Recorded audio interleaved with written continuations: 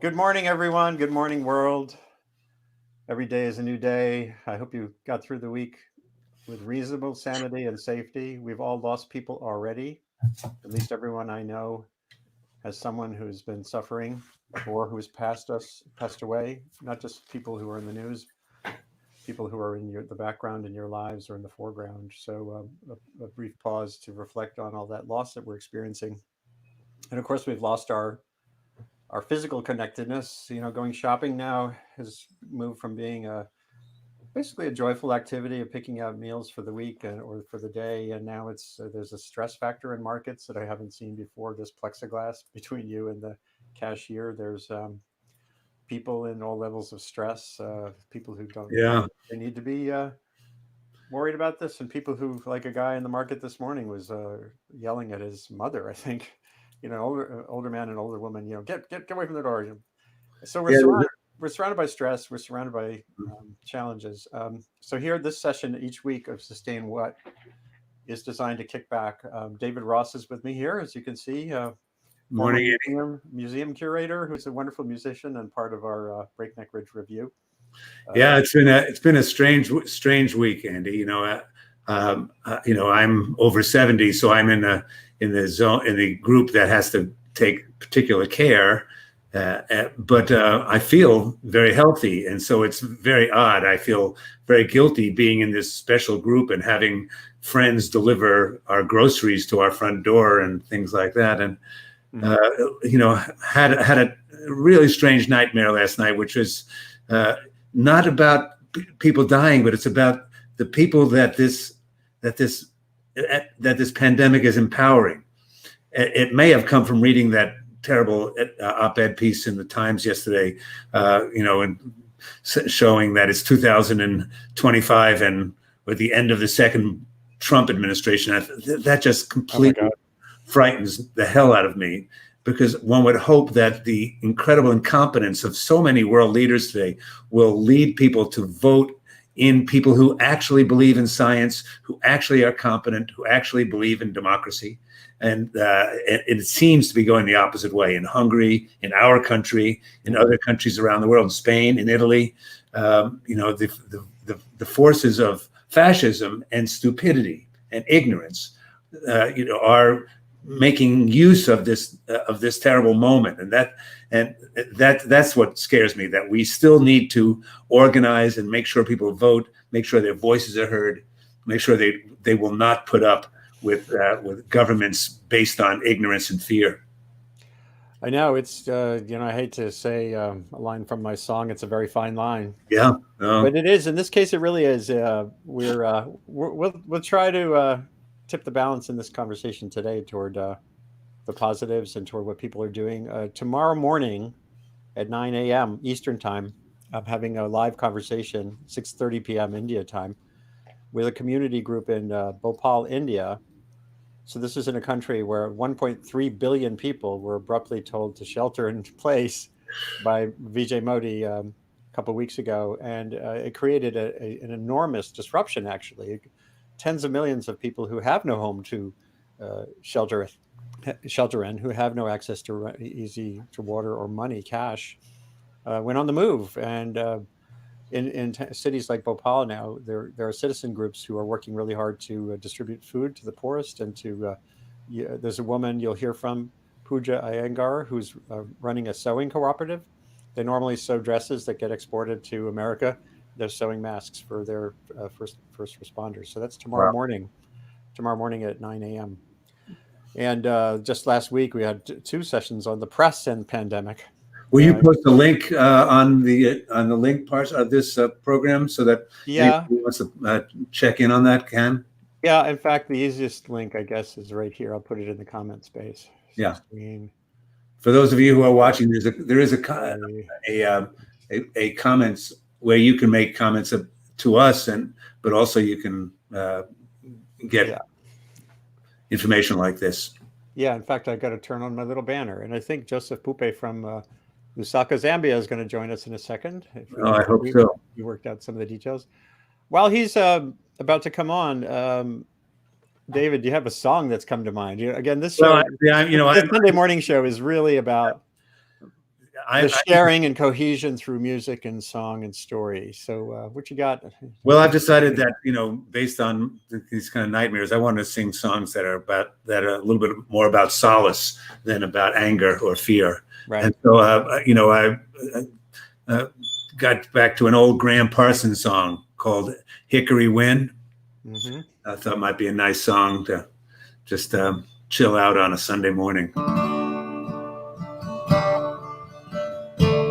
In South Carolina, there are many tall pines. I remember the oak tree we used to climb. Now when I'm lonesome, I always pretend that I'm getting the feel of hickory wind. I started out younger and most everything, all the riches and pleasures,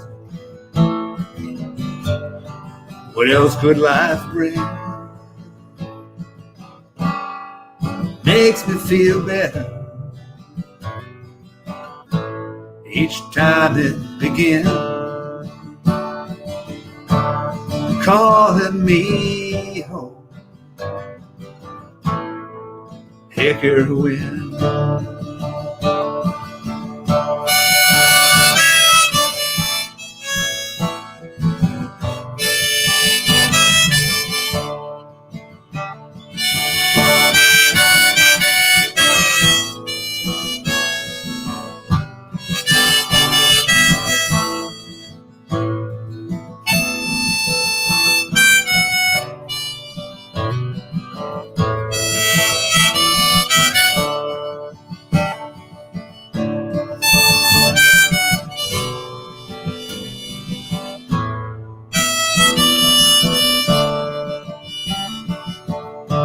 It's a hard way to find out that trouble is real in a faraway city with a faraway feel. But it makes me feel better each time it begins, calling me home, hickory wind keeps calling me home, hickory wind.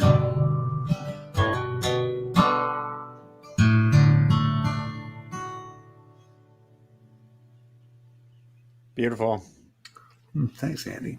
Yeah. Love that song. Let me, while we're waiting for a couple other guests to show, I'll grab my an instrument too, and maybe I will do a tune. Hold on a second.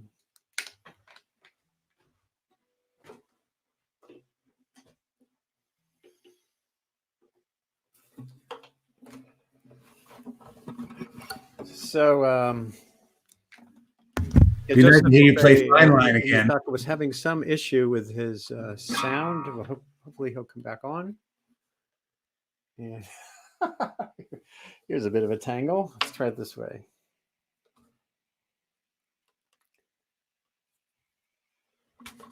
So I hope all you folks out there are having a quiet and restorative morning. That's the key to this session is both of those things. Michelle Marcus from the Hudson Valley. Hey, thanks for being with us.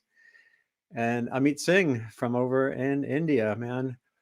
I cherish the time we spent looking around when you helped drive me around and help me learn about cooking pollution in rural parts of India and the challenges faced there just in cooking daily meals. So thank you again. Joseph Pupe is coming in. Let me see if we have. I'm hoping that others Let me see if don't hear a delay. I'm getting a weird delay. when Joseph is on. When Joseph is on. Be able to do a song. Be able to, maybe I'll mute myself. Joseph. Maybe I'll mute myself. Joseph, David and can I you mute. Maybe at the very least you can, maybe at the very least you can do a song. You can do a song right now. Are you able to see Andy? Actually, you're very, very weak. Actually, you're very, very weak. It's very muddy. I can barely hear you. Hold on. Try again. How's it right now? Try again. Yeah, and Right I'm now. gonna mute myself. I'm gonna mute myself. Okay. Is it the same sound with David? Are you also getting the same feedback sound? David Ross? No, my I think mine came through fine. There's some latency issue or delay issue. Latency all the way to issue Zambia and back. All the way to Zambia and back. But we didn't have that. Okay. We didn't have that problem last week. We didn't have that problem. It was good last week. No, we didn't have this problem, so I don't know what may be going on. But is it fair? I can hear you okay. I can hear you okay. So yeah, right now it's good. Yeah. So I would love Okay, to so- right now it's good. Yeah. So I would love it if you could. And you can hear my guitar, right?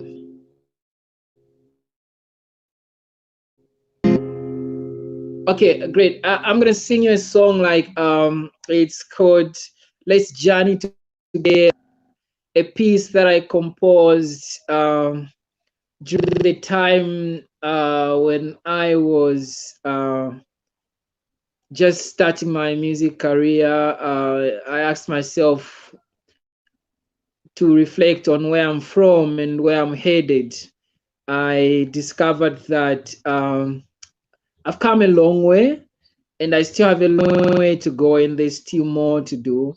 And I guess Andy and David and my audience could also attest to say the current situation globally here, it's also a part that could help us reflect on where we've come from, where we are, and just where we are headed, and what is it that we can get, what lessons can we get from this experience, and also use it to shape our tomorrow, our future. So this piece is called Let's Journey Together, Tieni Pamozi. Enjoy the song.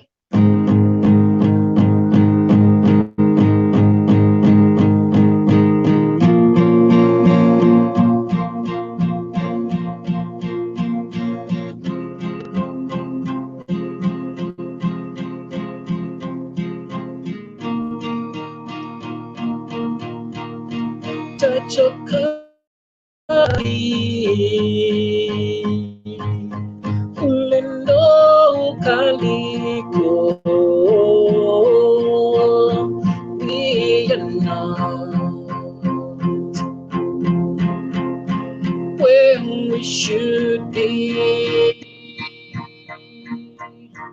no, we want to baka kumapeto. We stand strong together, tieni pamozi, tieni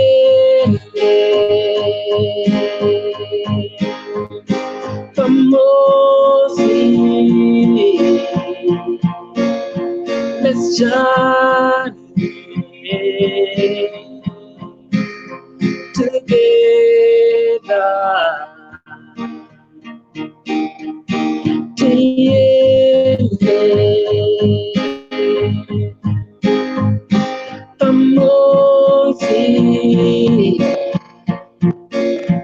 Let's journey together. Just look around you. See the bright future. Be hopeful. There's a light at the end of the tunnel. No, we won't mpaka kumapeto. Oh, we stand strong together, tiende pamoja. Tiende pamoja. Let's shine together.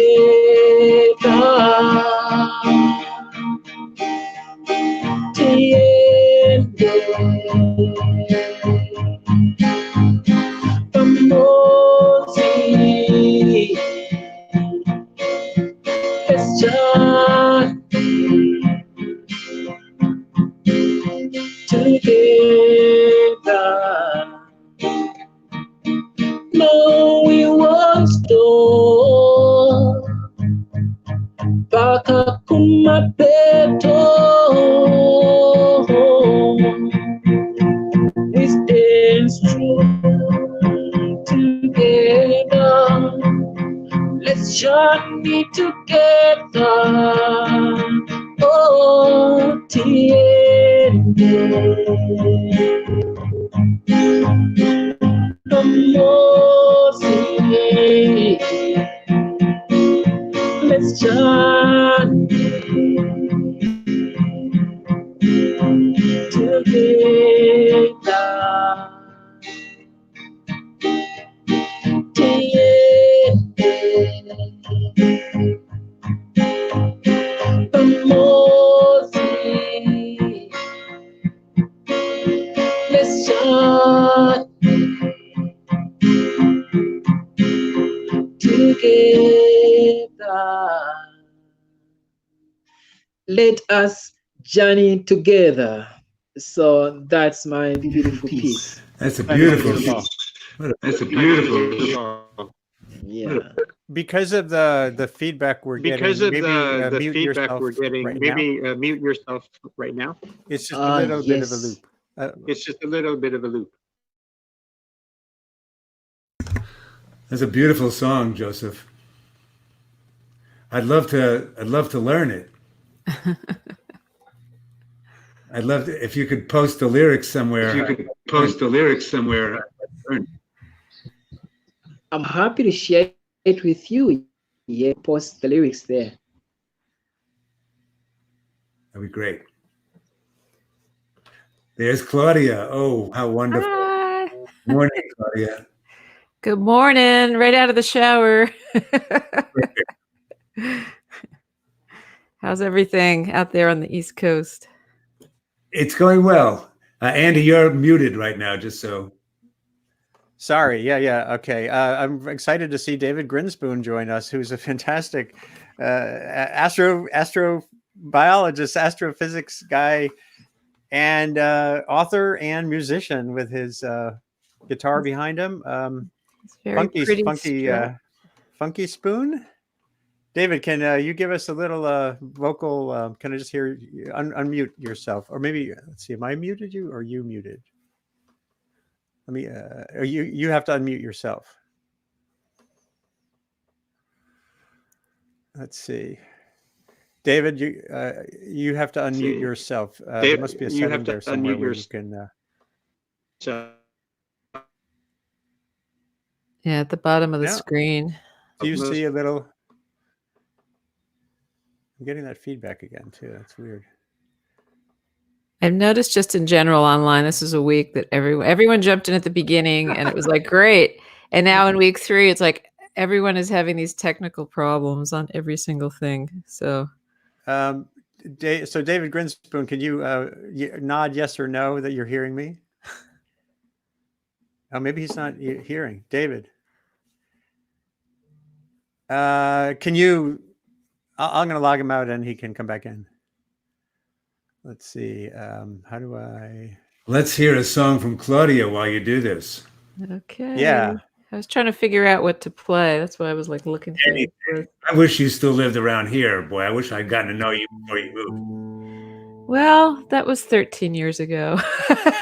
I wasn't too active in music around there, unfortunately. I'm getting some David, maybe it's your speaker. I'm going Yeah. David. Same thing. Yeah. Yeah. So do you have headphones perhaps? I think it's So try again. Okay, because it's coming out of somebody's speaker. I think it's something about Joseph's connection this week. I just muted him, and I think it's better. Yeah. We'll have to Joseph. We'll have to figure that out for the next time. We'll make sure it works. We could do a practice. I'm not sure what the problem there is. So, Claudia, do you have a song from Wimberley, Texas, east of Austin there? It's actually southwest of Austin. Oh, southwest. Oh, I thought you were east of Austin. Okay. No, east would be like Bastrop, but there's a I wrote connection. about Bastrop when they had the fires. Right. And so this song, thank you for cueing into my intro here, this song, because I started writing this song that year when we had the Bastrop fires, which were really bad.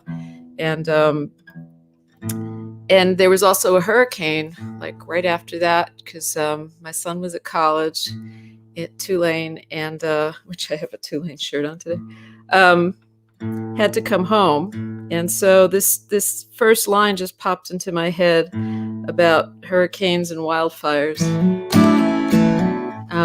And then after we had the really bad Wimberley floods, in 2015, it was bad. Because they were right, the Blanco River is right down the block from where I live. And basically this wall of water came from the west down the Blanco River, which normally they call it a river, but we would probably call it a stream or a creek. You know, when you grow up on the Hudson River, you get spoiled. But as to what a river really is. And anyway, so when that happened, we all went down and looked, and just like there was several houses that had just been completely washed away, and there were cars up in the trees, and really sadly, people across the river from us who had a house that was up on 20-foot pilings, they had all been in their house, and while they were in it, it was washed away, and most of the family was lost except for the father and the dog. And it was just, and just looking and seeing these 400-year-old, a lot of pre-Columbian, these giant cypress trees just completely snapped over like they were a twig. It was really something.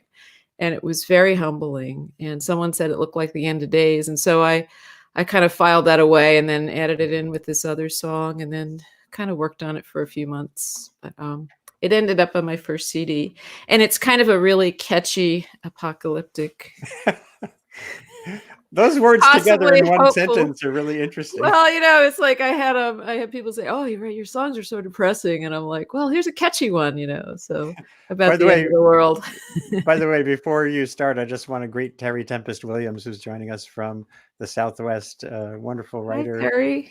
Will be speaking with us in a few minutes. Okay. So this is Claudia Gibson, who used to be a Hudson Valley person, who's now living in I lived Texas. in Cold Spring for 18 years. Yeah. And Terry, by the way, the other person you see there is David Ross, a bandmate of mine, former director of the Whitney Museum, and Joseph Pupe, a wonderful songwriter from Osaka. So Joseph says he can't hear me clearly. Can you hear me now, Joseph? Okay. Yeah. Someone's feeding back. I'm going to mute Joseph. You have to mute again. I was just reading the chat. So. Okay, cool. Is this coming through okay? That was great. Yeah. Okay. However you've set it up there is fantastic. Well, we've been, we've been working on it this week, and I have a webcast with 3 people this afternoon that I'm on Zoom, and it's, streaming live to Facebook. It's a lot to set up this stuff. It's a big learning curve, but I'm getting there. Anyway, this is End of Days.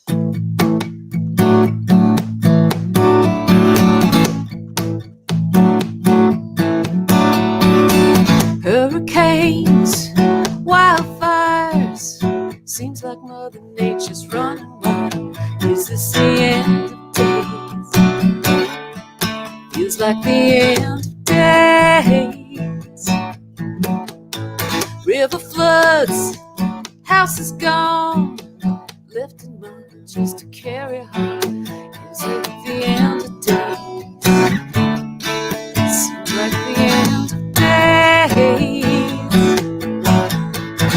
Preacher says, brother, you need religion.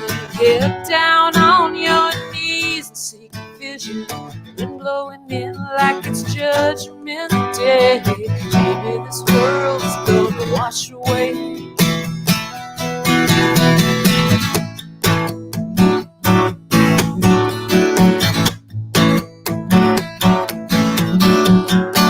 Two by two was his plan. 40 days till they hit the land. Was it the end of days? It seemed like the end of days. Rainbow sky, journey's end, send them out just to start again. Was it the end of days? No, it wasn't the end of days. Forget waiting, sister, for your deliverance. Just making a move can make a difference. No use worrying about the Judgment Day. All of your fears are gonna fade away.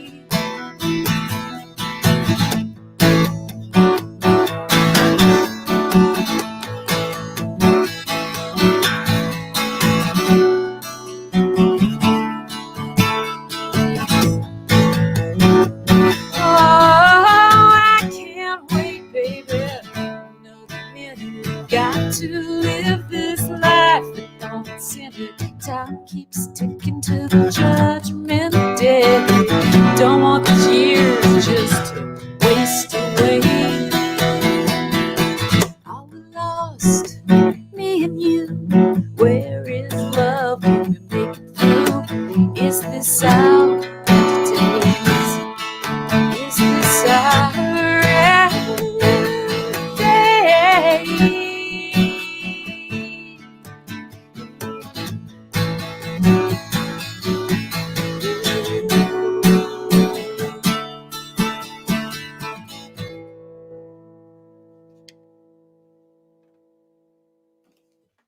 That's just beautiful. What a great song.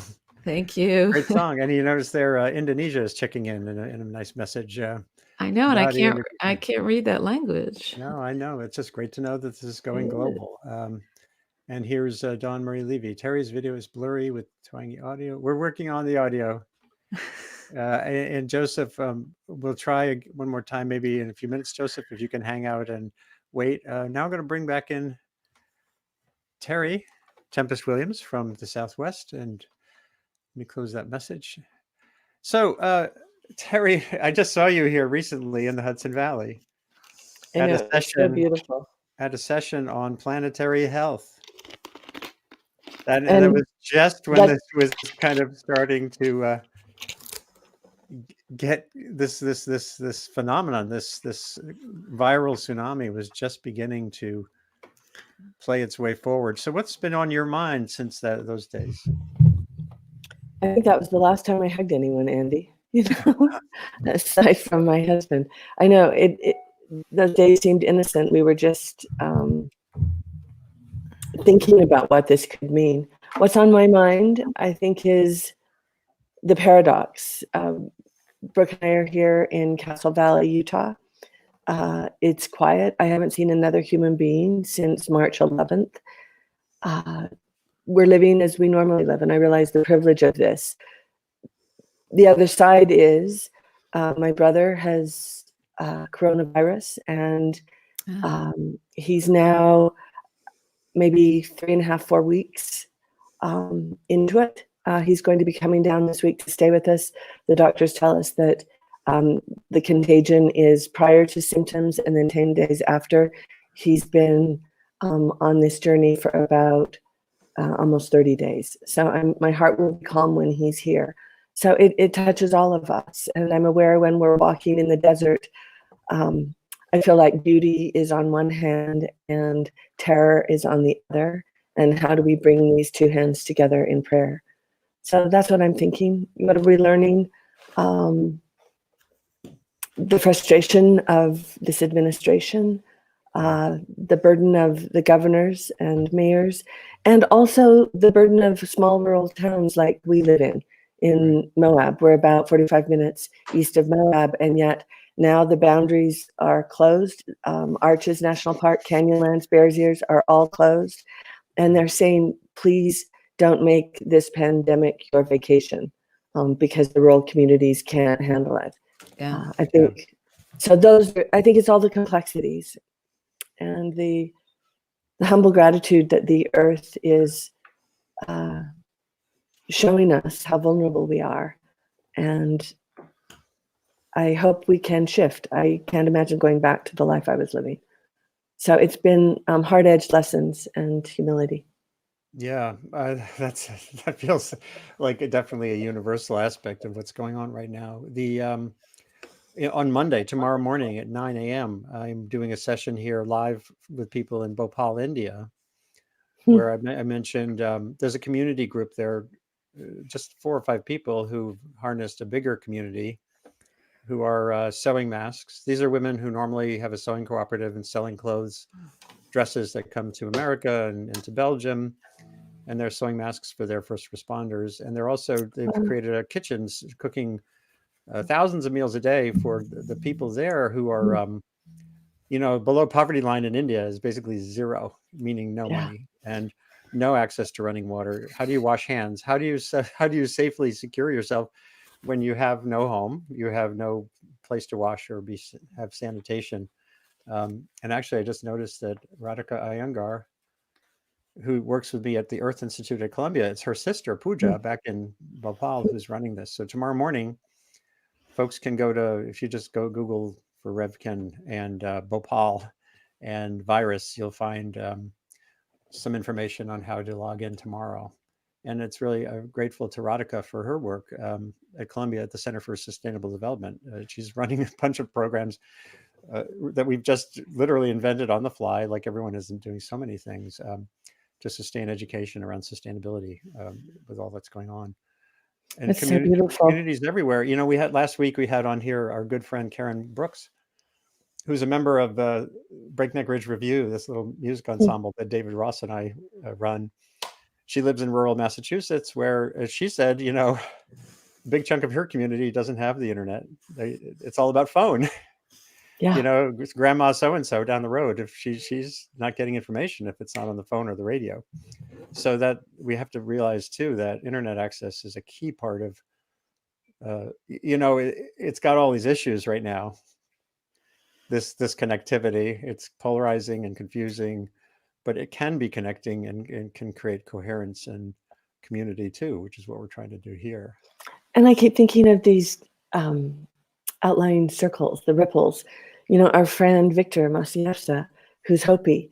I talked to him the other day after we were in the Hudson River Valley, and he was saying right now they're desperately trying to protect the elders because they're so vulnerable. And you can imagine a Hopi where, the architecture itself does not land for 6 feet apart.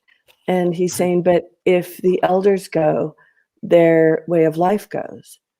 And I was talking to Jonah Yellowman, who is a medicine person in Monument Valley, and there the Navajo are spread apart, and yet they have no running water. So it's all the issues that you're bringing in. We don't think about, all the ramifications. Our son works for an Amazon wish fulfillment center. That name just slays me.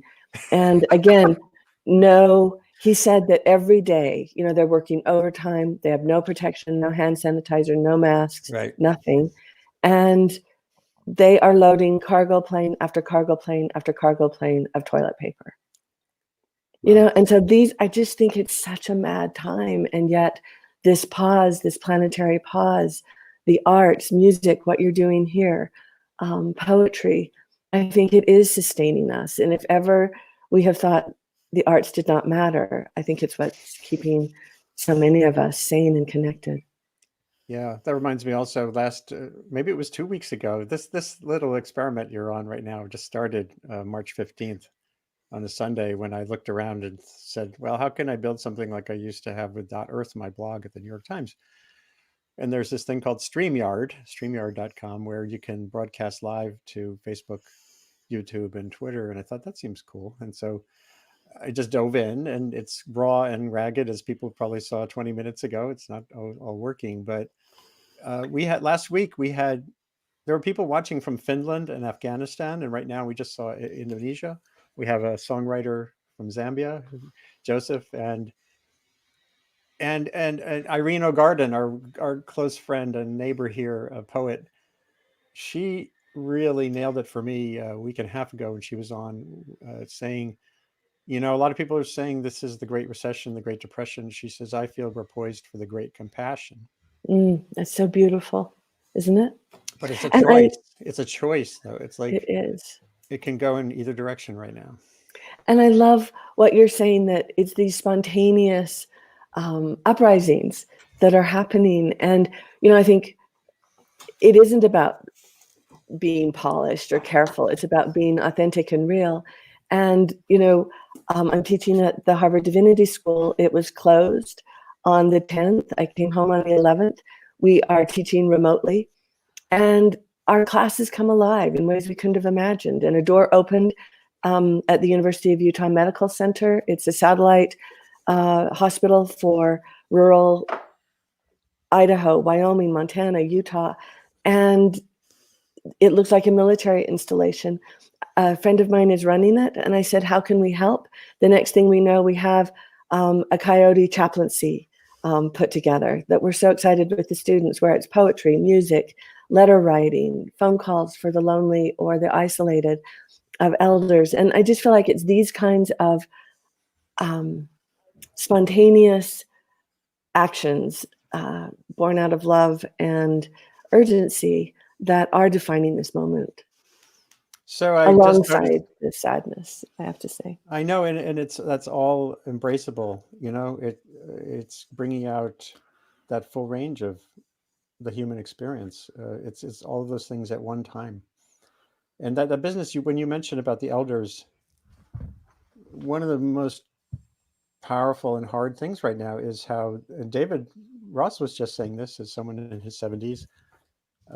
And I just heard yesterday, Daniel Kahneman was on the New Yorker Radio Hour, this wonderful psychologist who won a Nobel Prize in economics.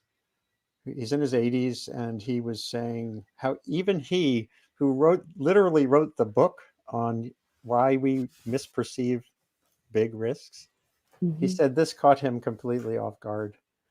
And he said, we do not have, the human mind cannot yet really integrate in a meaningful way exponential change.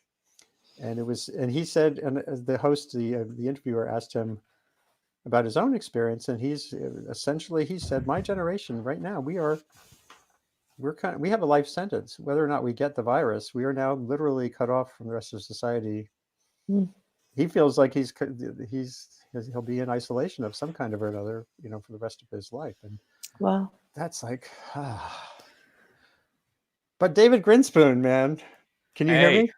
Yes, I can hear you now. Can you guys hear me? Yeah, perfectly. Yes. Really good signal. So David Grinspoon is an astrobiologist who studies life on other planets and has written beautifully recently about the Anthropocene and reflecting on what we can learn from other planets, biological possibilities about our own planet's fate. And he also, as you can see, is a musician. So David, I'm really glad you could join us, and we'll do another session here on the Anthropocene, I think, just on that question, which of course I've been involved with for a long time.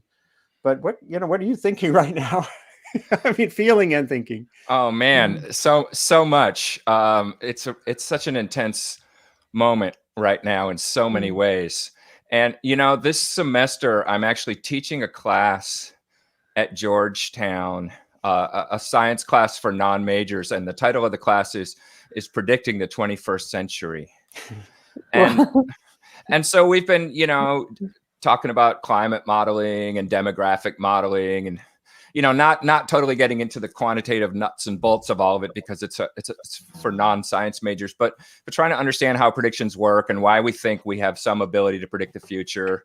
And some of what we've been doing also is reading predictions from the past about now to see what kinds of things we get right and wrong.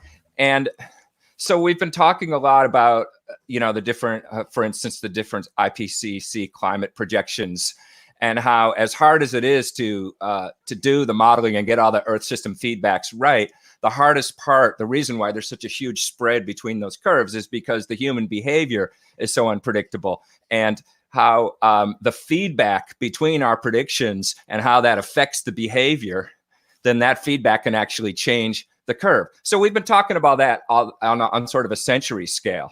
Now all of a sudden this hits, and my class is no longer meeting in person. And so we're doing this Zoom thing, and all my students are in their little boxes, and they're joining from, you know, one of them's in Hong Kong, and they're all over the US, and one of them's in London, and they're dispersed.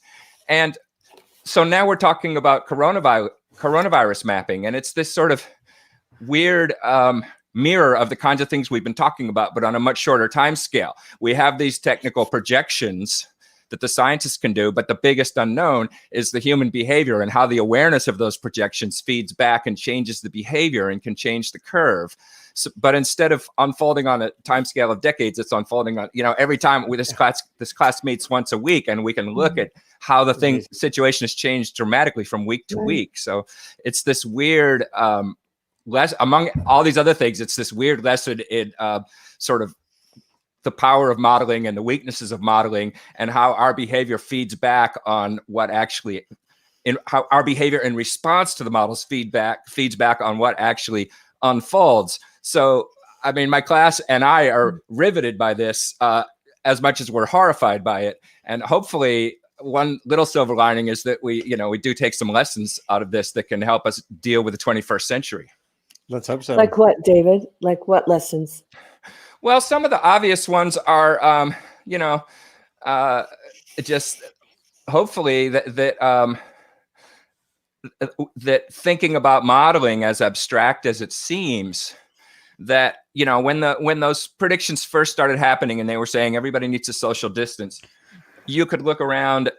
I live here in Washington, D.C. Everybody seems fine. Nobody's sick. Nobody I know is sick. And yet they're saying if we don't change our behavior now, we're going to regret it, you know, even though it seems fine. So again, that's like, there are some parallels, and then we've actually been talking a lot in the class about which parallels are valid and which are not valid for thinking about climate change, right? And there's interesting ideas on both sides. But one thing is that there's a parallel there where you can look around and say, well, the world seems fine, but these experts are saying that we're in dire shape. Why should I believe them? And yet here we are, in this case, on just a matter of weeks, you can see, oh, those modelers, they were actually telling us something that made sense.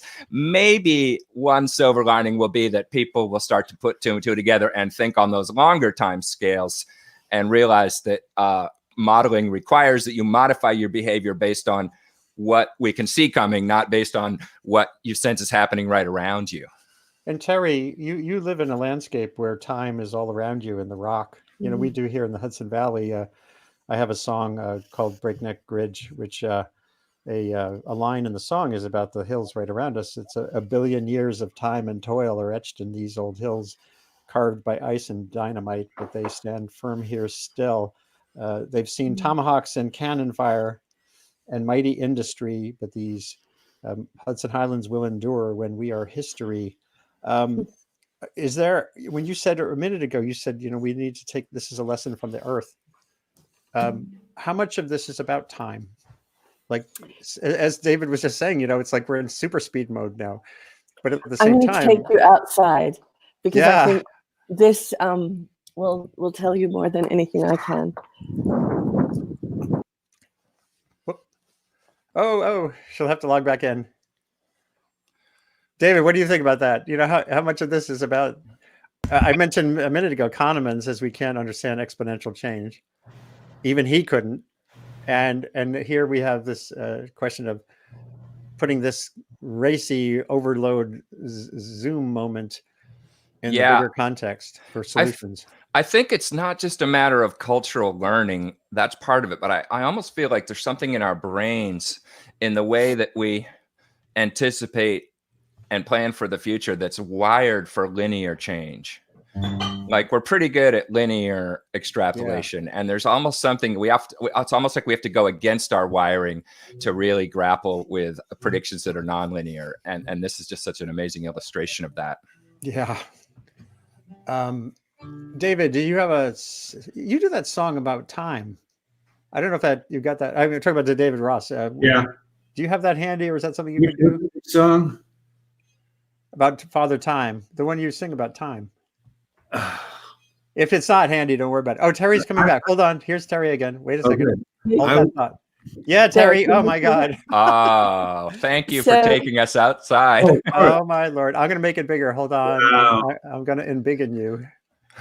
Wow. So I think, when you talk about time, Oh, my this God. is what we're talking about. And so I think those of us that live out here, it's not, you don't take yourself too seriously, but you take the landscape very seriously. Yeah. And you're looking at their Castleton Tower. There's priests and nuns, and this is Adobe Mesa. And, I think living out here, dear friends, it's, here you can see, I think you realize erosion takes us down to our essence, whether it's a virus, whether it's time, whether it's age. And yet I feel like there's a possibility, as I see here in the landscape, that our undoing is our becoming. And Wow. I think we are both eroding and evolving at once at this moment. And being here in this landscape gives me courage to continue. I have to put you together with Irene O'Garden because she, on this program, as I said, the poet, she described this as a chrysalis moment. And she was saying she only learned a couple of years ago that as a naturalist, she dug in on butterfly and caterpillar history and timelines. And Right. a caterpillar, when it's going into the chrysalis, is actually decomposing completely. It becomes liquid. And then it emerges as a butterfly. And she was using that as the context of her notion of a transition toward a great compassion. It's a very similar notion, I think. I'll have to connect you two. I would love to. I mean, I I love wish, the fact that you've stepped outside. well, I just think it puts things in perspective. Yeah. We're such a young, arrogant species. And I think this is both a moment of reckoning as well as reimagining. Yeah. Andy, So- did you mean that Mighty Sculptor Time? That's Yes. Oh, sure. So David Ross has a song about that Mighty Sculptor Time, which came to my brain as this was all unfolding. Terry, I've just muted you briefly because of the wind noise, so you're still with us, but I've muted you. Well, this is a song. This is a song that comes from an essay by the French writer Marguerite Yourcenar, and it was an essay she wrote about sculpture and time. And as a former museum director, it kind of hit home with me how much we're invested in thinking about the ways in which we cope with time. So here it is. It's that Mighty Sculptor Time.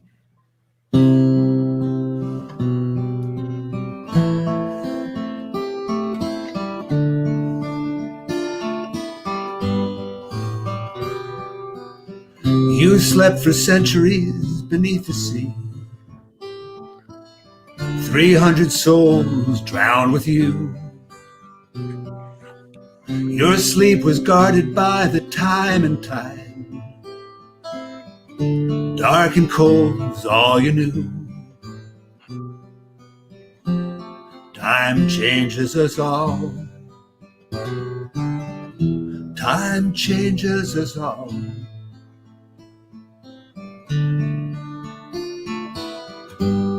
That mighty sculptor, time.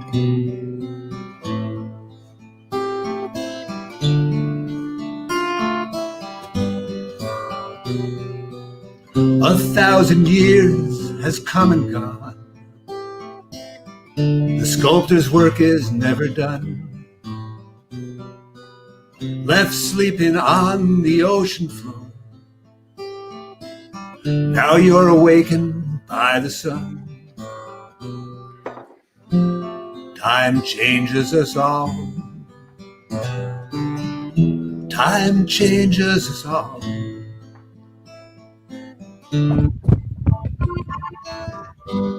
That mighty sculptor, time.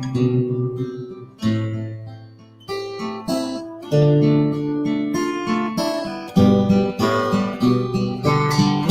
now you're back on the land again,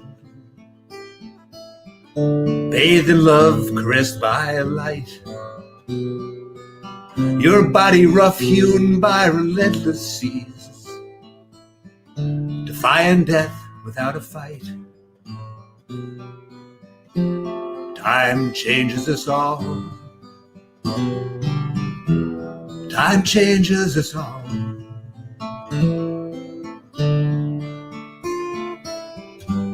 That mighty sculptor, time.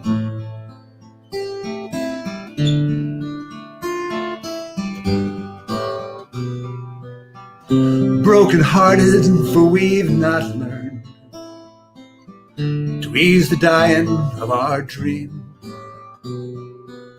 Old love forgotten, new love is scorned. Some things ruined, some redeemed. Time changes us all. Time changes us all.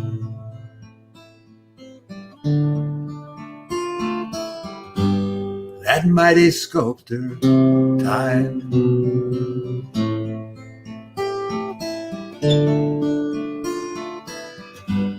That mighty sculptor, time.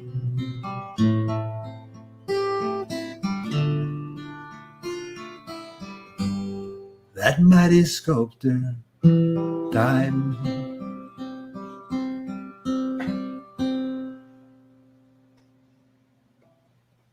Beautiful. Couldn't be more apt. Thank you, David. That was so gorgeous. Thank you. Joseph is back with us.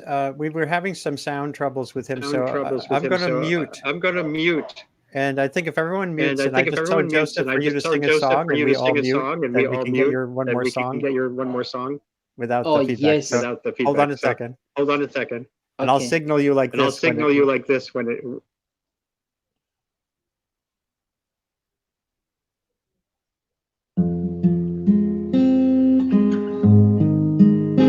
Okay, how is this?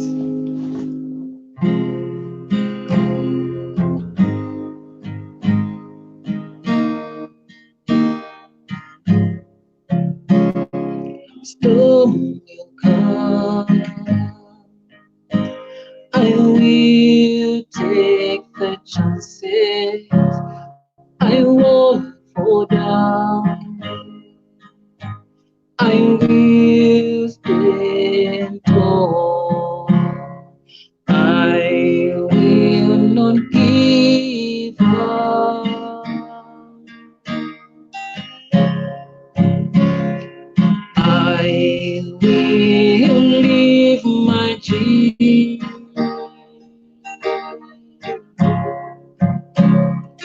I am a champion.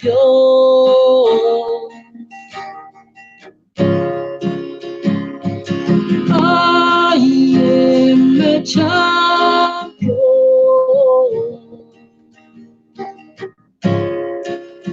Oh, I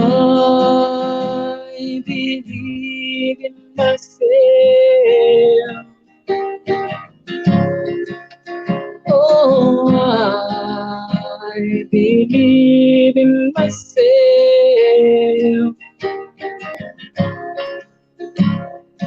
Sun will rise. I will rise up and shine. The moon and the stars will lighten up my dark days. Champions don't give up. No champions don't quit. Oh, I am a champion.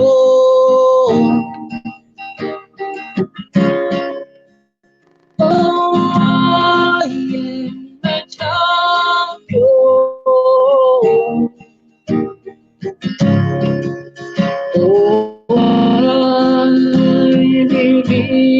in myself.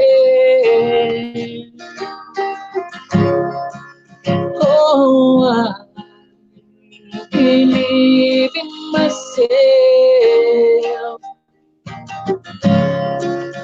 Oh, I am a champion.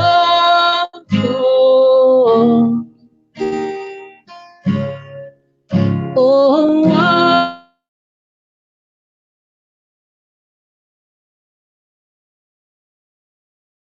I'm a champion. Oh, I believe in myself. Oh, I believe in myself.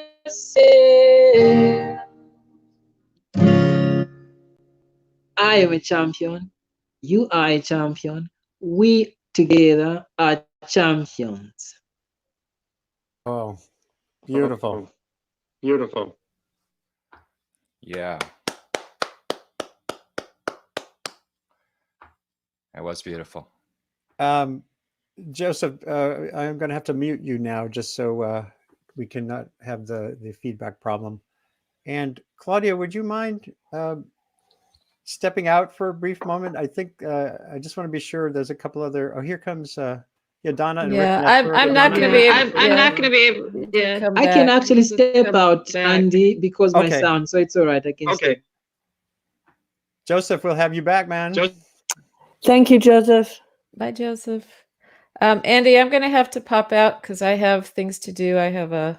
Oh, really? Like actual I life? I have an online show at 3:00 with 2 other people, and in about an hour we're doing a sound check because we have a lot of technical issues feeding in. We're going on each other's Facebook page. So is that 3 p.m. Texas time or East 3 Coast p.m. time? Texas? So that'll be 2 p.m. Eastern. So if you want to listen, it's oh yeah, sorry, I'm backwards. Okay. Yeah, 4 p.m. So yeah, facebook.com Claudia Gibson Music. I'll be on there with 2 other wonderful people. Hi. Thank you, great Claudia. to have you on. And Thank this you. will rotate through. We're going to keep at this, and other voices are going to come next week. Vince Bell, who's also a Texan originally, now in Mexico. He couldn't make it today. He'll be on next Sunday. And believe it or not, I think Chuck Lavelle is going to be with us next Sunday. He's the goodness, Rolling Stones keyboardist and a great environmentalist from Georgia. Yeah, he was in the Allman Brothers too. He was in the Allman Brothers too. I know. Yeah. I'm glad to say we became friends. I've actually sung a couple tunes with him. So oh Chuck my Lavelle gosh, will be with us next Sunday. Wow. Okay. So Claudia, take care, and we'll promote Bye. your event too. Yeah. Hope to see you later. Bye, everyone. Yeah, great. And there's a couple more guests coming on right now in the green room, the digital green room. We have whoops, where did they go? Rick and Donna Nestler were here. They were there a second ago, and now they're and Andrea, and here's Andrea Sadler, who's a multi-talented performer and filmmaker here from the Hudson Valley, right around the corner, but from Canada originally. I'm going to see if Donna and Rick can come back in a minute. Hold on. Hi, everybody. Kick from studio. Hi, Andrea. So, and Andrea's husband, Jonathan Kruk, a storyteller, was on a week or so ago when we were talking about the questions, the challenges facing creators like storytellers. And we had on a comedian who are all about direct interactivity with audiences. And they were discussing, well, what do we do next? So, Andrea, what's on your mind these days? When you think about this moment, how has it challenged you as a creator? Well, I feel like we are at this very exciting time of an opportunity to choose a different direction for as a global community. I think back in 1984, I was feeling a lot of fear about the path of humans on this planet, and I felt we were on a destructive path like a snowball. And I did a lot of self-inquiry, and I stood outside in the rain one day until I figured out how we're going to solve this problem. And my cat meowed at the door to, to acknowledge me. And I just thought, this is what it is. It's love. Love is what we need to connect in the heart. And it began my journey with learning about the Hopi prophecies, which Terry spoke about, the Hopi people. And I learned that this time that we're in right now was coming, that they prophesized this time. And I'm into astrology big time, and we're at the Jupiter Pluto conjunction, which is all about the end of the organized structures that we have known, and the end of the patriarchy. We're entering the Aquarian age. And I've always been on a spiritual path my whole life, and I never really quite fit into this I don't know, saving money, get a job, buy a house, have children, this whole 9-to-5 rut. I've always been interested in consciousness and how do we shift consciousness and into from duality consciousness to unity consciousness, and what is the balance between spirit and matter as human beings? How do we find that balance? And it is in the heart. And someone was speaking about a dream they had. I think it was David. I had a dream that 6 of us were being tortured. And then a man was really cruel. And then a woman came on. I thought, well, she'll be a little easier on us. But she put us through all these tests, and it was painful, and I was bleeding from my heart. And she said, how did you get through this? How did you endure this? And I said, love. And I was afraid to tell her that. And then she took me to the basement, and I thought, oh my God, I said the wrong thing. And there was a massage chair, and she put me in the massage chair. And it's also an opportunity we're actually in this great spiritual awakening. Everything we've known is crumbling. And I've intuited this and read about this for since my 20s. So I'm an Aquarian, so I'm actually really excited. I mean, it's the beauty and the terror, right? Yeah. is happening at the same time. So I'm not, Pollyanna, dismissing everything horrible that's going on. But the opportunity we have in this crisis is to deepen our connection with our heart and with divine source and with Mother Earth and with Gaia. And I was at a sacred water gathering with First Nation people in Peterborough, Ontario, where I showed my documentary film, The Sacred Run, The Lotus and the Feather. And a woman channeled, I think it was Gaia she channeled, and she said, if you do not change your ways, I will crack you open. And I looked up when I heard this voice coming out of this young Native woman, because I was like, whoa, that wasn't the woman that was speaking a minute ago. And I wondered what she meant by, I will crack you open. And I feel like we're all being cracked open right now, and our hearts are just we're just being cracked open to enter into this deep, deep loving compassion. Like what Irene O'Garden said, we are in the opportunity for the greatest spiritual awakening and loving compassion. This is what we can choose right now, or we can stay in the fear. And we've lost all income. So Jonathan and I are, trying to figure this out. How do we make money online? And we had to raise some donations on Facebook. And I was running a lot of anxiety, and I thought I'll take a shower. And then I was still feeling the anxiety. Yeah. And then my mind said, be in the present moment. And I was washing my hands, and I had soap bubbles, and I was like, bubbles are beautiful. And I just it sounds silly, but bubbles in the present moment shifted my energy from hair on fire, panic, anxiety running beneath me to, oh, bubbles are beautiful.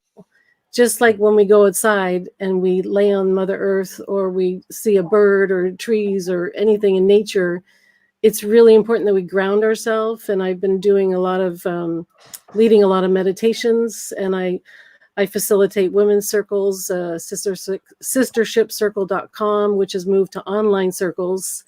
And it's all about empowering women to rise up, because this divine feminine energy is needed in the world.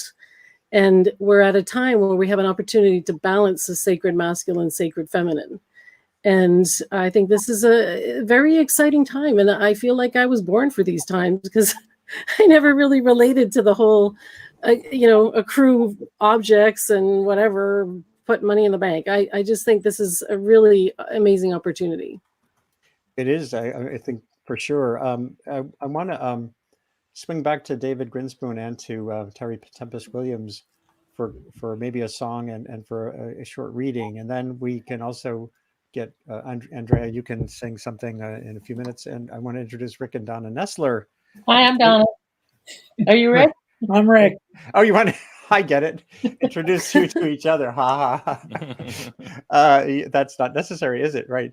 Who are two of my close friends, musical friends from the Hudson Valley here, longtime Clearwater folks, and we'll get some input from you guys in a minute. David, music-wise, how do you approach this music-wise? Let's just start there. Well, it's weird, isn't it? Because for me, music is such a collective experience that you do with other people in the room. And you can't do that now. I had just been starting to play with a new band, and we had just been starting to play out around DC, and it was kind of in that fun, exciting stage of just beginning. And then, we had this Tuesday night gig that we set up at this place, and we did it twice. And then it was like, well, we better cancel it next week. And then it's like, oh, it's canceled forever, at least for, as far as we can see. So we're not doing that. So I've been fiddling in my basement and trying to write some stuff and trying to set up a bit more of a recording studio. And it would be cool to be able to play music with people online. And of course it's hard because it's not doable because of the latency. The delay kills you. But I just heard about this product that some people on this discussion group that I was on were talking about, which somehow is set up to let people jam together without that latency delay. I'm not sure what technical magic they use, but I want to try it because that would be really cool. Obviously it would have limitations, just like conversation has limitations, but this is more valuable than ever, being able to converse like this. And if we could play music together, that would be cool. Yeah. I mean, you could do the serial thing where you record a track and send it to your friend and they send it back, but it's obviously not the same as grooving in the room together. No, I know. We were talking about this last week. I tried one, and we tried with Pete Seeger. Oh my God, and guess who's Hamilton de Hollanda is on, one of the world's great mandolin players. But I'm going to have to take one of you out or temporarily for him to come on, because we can only have 6 live video connections. Take me out, Andy. It's no problem. All right, man. You can come back in, and you can keep watching, of course. Yeah, for sure. Hold on. Bom dia. Bom dia. Tudo bem? Good morning. Tudo bem.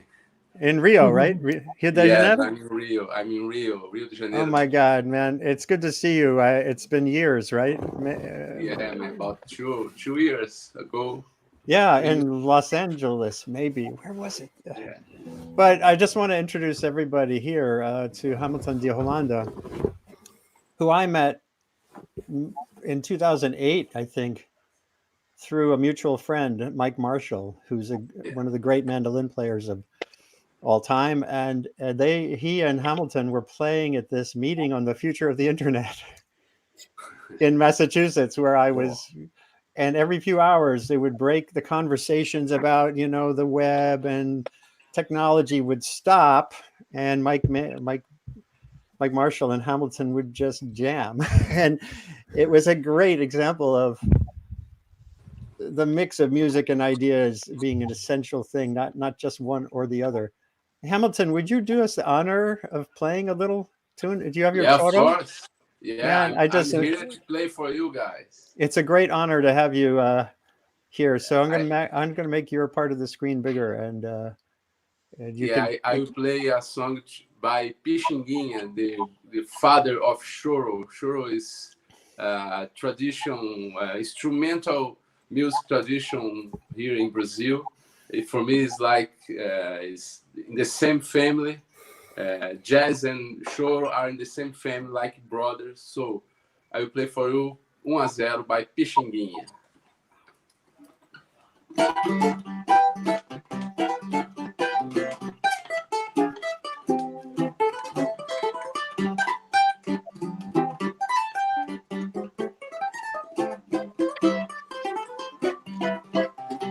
Wow.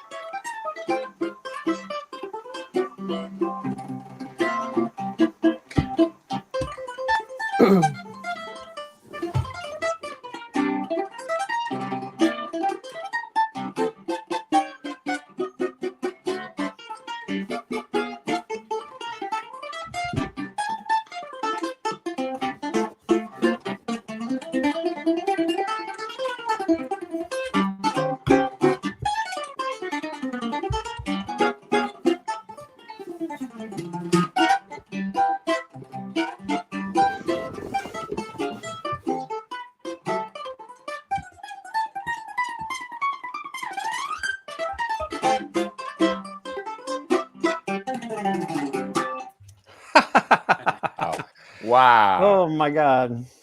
Meu Deus. Incrível. Thank you, guys. That was amazing. Beautiful. So what is the situation in Rio? Are people, I know Bolsonaro has been a little crazy, right? But Crazy. is It's Brazil worse. gonna, It's worse than crazy. yeah. So Peligroso. I don't know. I don't know about the future. I live one day per day. One day. Tomorrow is a new day. So I think the people now, most of the population here in Brazil understand about the situation. So we stay home and stay with good think about the future, but we don't know about tomorrow.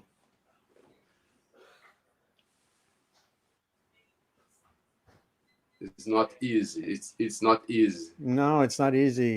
And you know, we have our own challenge with leadership right now. Exactly.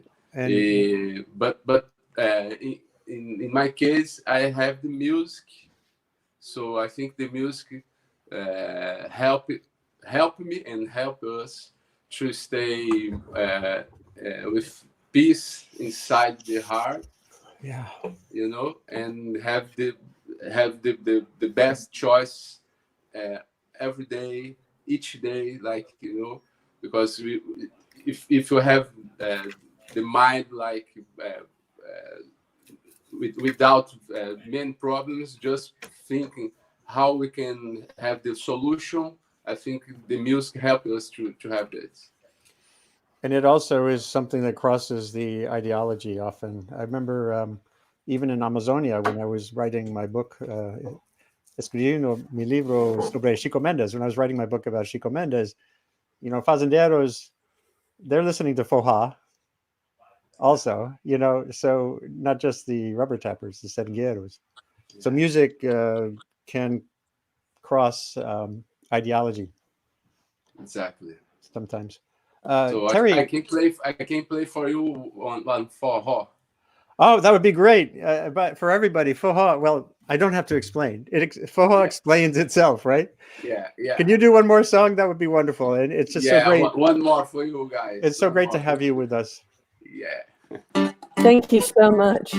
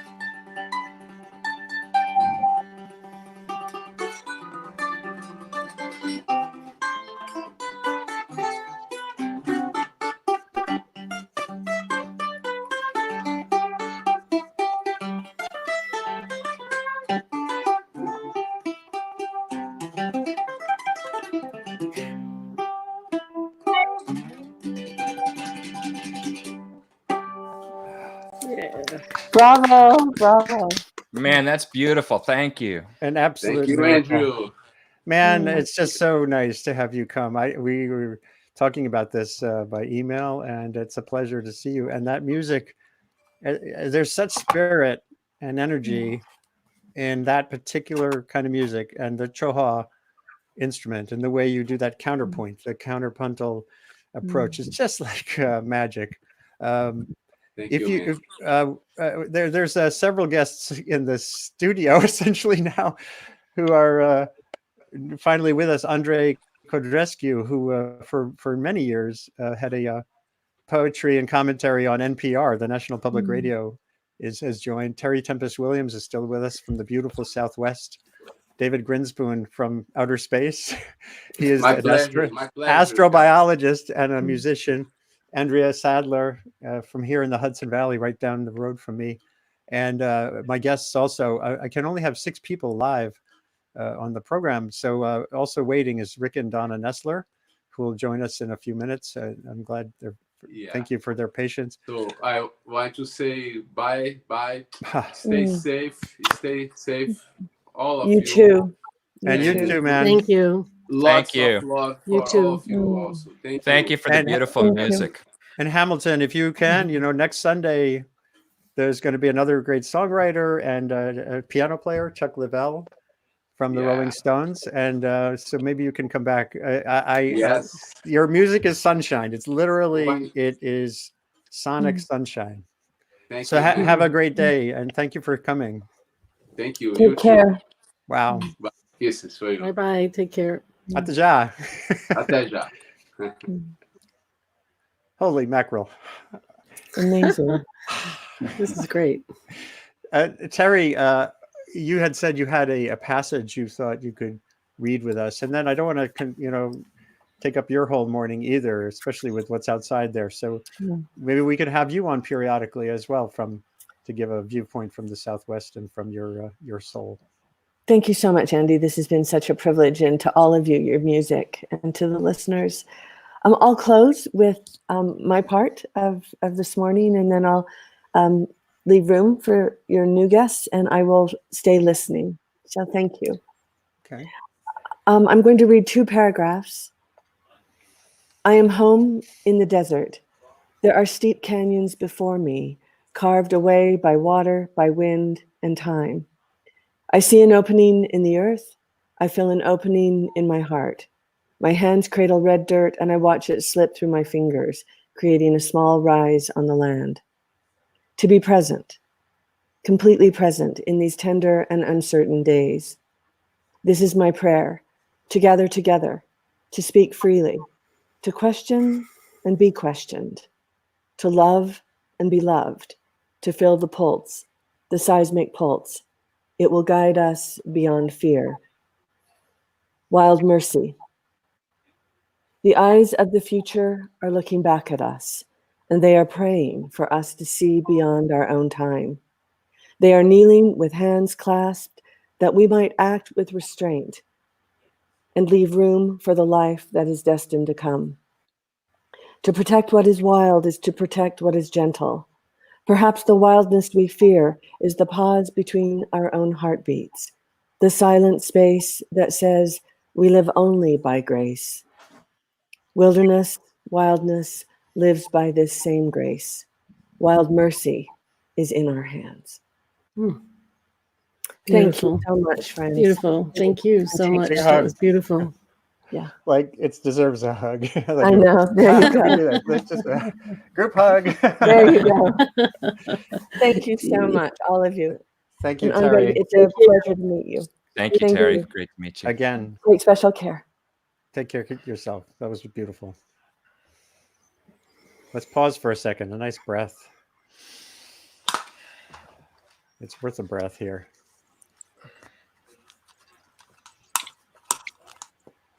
Wow.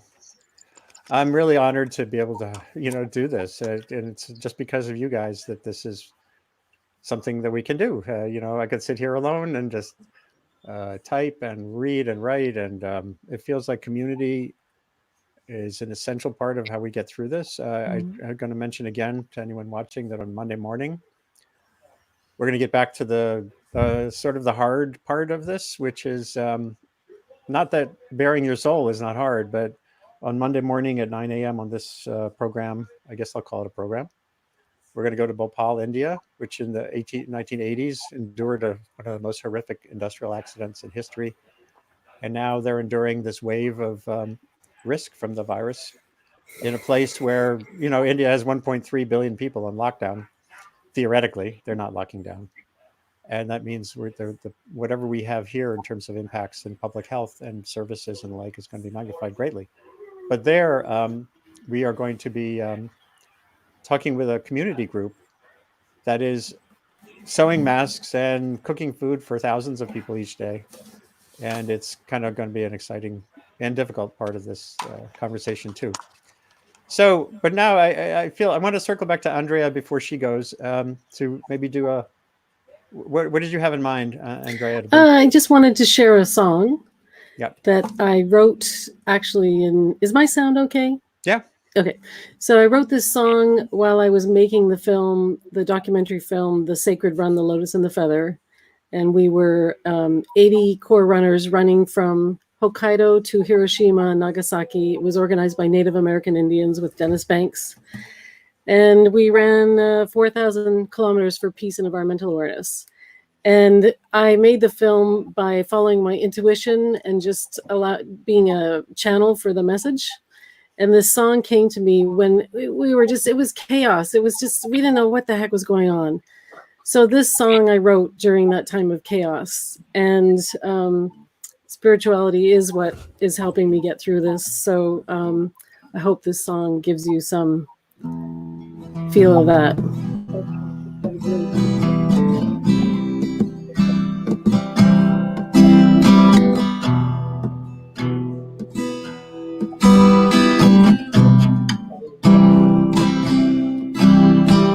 Guide me, guide me, guide me. Show me which way to go.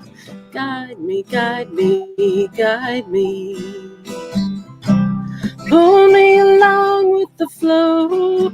We are just some moonbeams in a traveling show.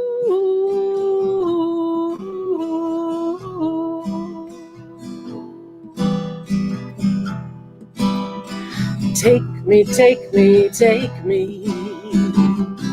Take me to the stars. Take me. Take me ever so far. We are just some dewdrops drying up with the sun.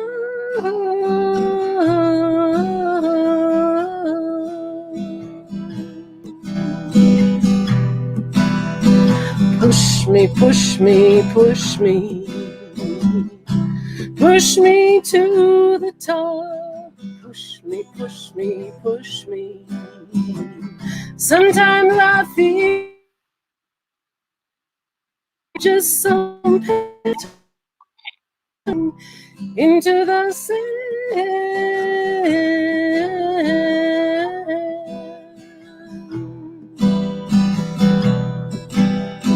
Touch me, touch me, touch me.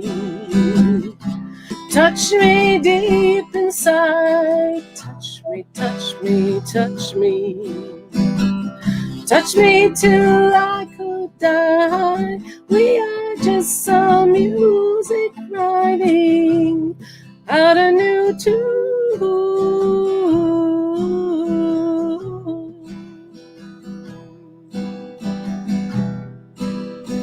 Worry, worry, worry. What's the use anyway? Follow, follow, follow. Follow your heart every day. We are just some old soul searching for a new way.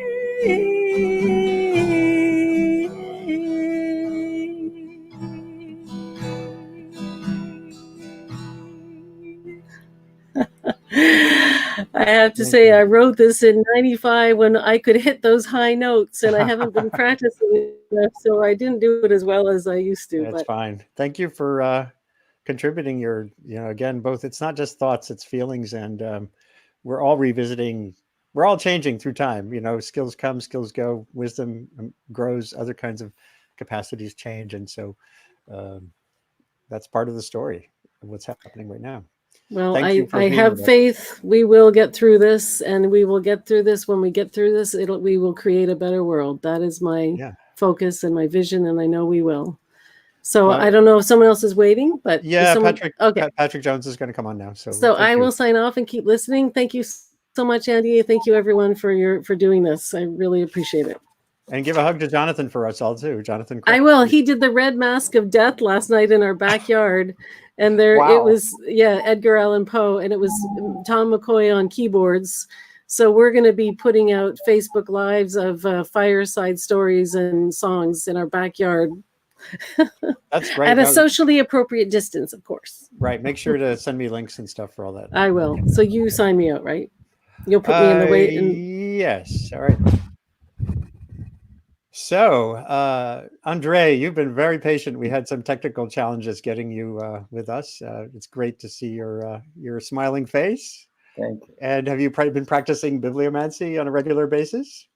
Well, yes, bibliomancy, and during my morning walk in Queens, in New York, I write, read, and think to the sound of sirens, which makes background music here. And I'm discovering the new COVID etiquette.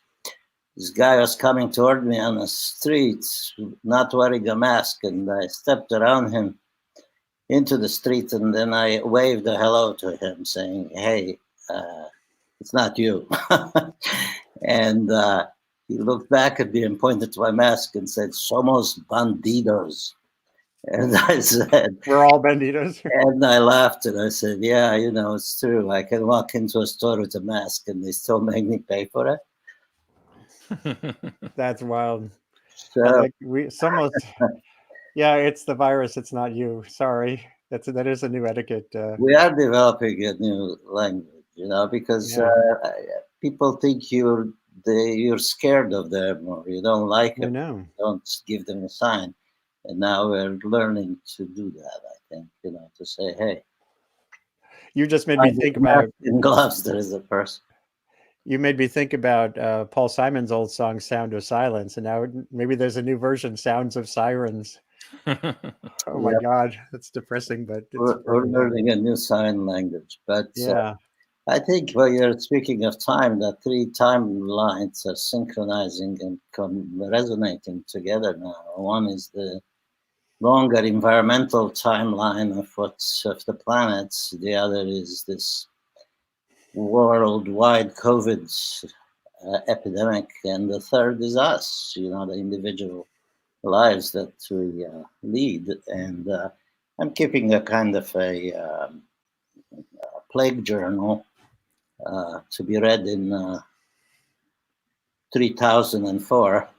That's interesting. Because the one I read in by Defoe was written in 1666, but I'm not going to read you from those. But I found a poem by W.H. Auden written in 1937, a very dark year, which actually applies. Okay. I sit in one of the dives on 52nd Street, uncertain and afraid, as the clever hopes expire of a low, dishonest decade. Waves of anger and fear circulate over the bright and darkened lands of the earth, obsessing our private lives, the unmentionable odor of death. The lights must never go out. The music must always play. All the conventions conspire to make this fort assume the furniture of home. Lest we should see where we are, lost in the haunted wood, children afraid of the night who have never been happy or good. All I have is a voice to undo the unfolded lie, the romantic lie in the brain of the sensual man in the street, and the lie of authority. whose buildings grope the sky. There is no such thing as the state, and no one exists alone. Hunger allows no choice to the citizen or the police. We must love one another or die. May I, composed like them of eros and of dust, beleaguered by the same negation and despair, show an affirming flame. Shortly thereafter, Hitler invaded Czechoslovakia and we were at war. So, we're not listening really for the sound of bombs, but for the sound of ourselves. And in some way remembering things like restaurants in the long gone past. Yeah, that was beautiful. And you know, I keep thinking about the play, oh my gosh, am I going to blank on it? By the Skin of Our Teeth, Thornton Wilder, Right. which was written in the midst of World War II. And it was basically about the circle of human experience being this very choppy kind of journey with lots of ups and downs, but he tended to kind of put it on the hopeful side. Right, and the reason to actually keep doing and writing and singing and making songs now is because each disaster is unique. Each catastrophe is unique, and this one, history is set up a series of unique catastrophes, and we've got ours. Yeah. So we're different languages. Donna and Rick Nestler have been very patient, and from their part of the Hudson Valley here, I'd love to hear from them something musical that relates to where we're at right now. Patrick is going to come on in a minute. I'm going to minimize his thing because it's not quite working.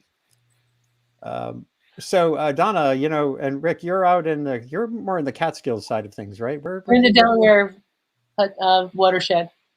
Right. So what's the vibe on the ground out there? Just more of the same, or? It's just quiet, real quiet. First of all, we're 4 miles from town. Yeah. So we're sort of out in the rural areas, so we haven't seen that many people at all. Do you like have the radio on, or are you like in isolation? Oh no, we're keeping in touch with the world. Rick watches CNN. Yeah, great. CNN. We're watching way too much TV and spending too much time online. Yeah, I know. I did have on the show last week the deputy director of the Earth Institute's National Center for Disaster Preparedness. So he's like a guy who's completely immersed in preparing for, enduring, and rebuilding after bad things happen. And he was stressing the importance of knowing when to turn things off. He said we're just so buffeted and barraged by information, and information is not always knowledge, right? Information can be this torrent, like a fire hoses that doesn't really. He said the thing that he encourages people to do is to assess right away how much of what I'm hearing is useful to me, like can change the conditions I'm enduring or living with, or how I might relate to others. And if it's not, then turn it off. And he talked about the importance of actually, having periods of quiet, periods that aren't informational. And right now, here we're mostly connecting around, I think, things other than information. These readings are beautiful, powerful. They're the songs, but they're not really necessarily about the words they're about something deeper than just information. A song about, or a poem about this moment is not just information. It's something much more profound. I've been trying to bring Patrick Jones in, but he's having a connectivity question going on. So Rick and Donna, give us a tune, something. Well, yeah, this has nothing to do with the perfect we like to do. It's a pretty tune. Well, awesome. One of the things I like to do is sleep through stuff like this at times. He does it well. So this song is called it's a Paniolo song from Hawaii. It's a Hawaiian cowboy song, and it's called Yowl's Lullaby.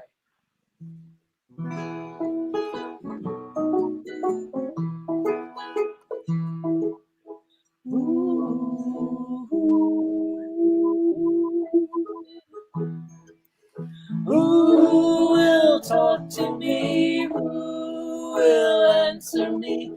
Who knows why I sing? Who knows the reason why I sing this lullaby?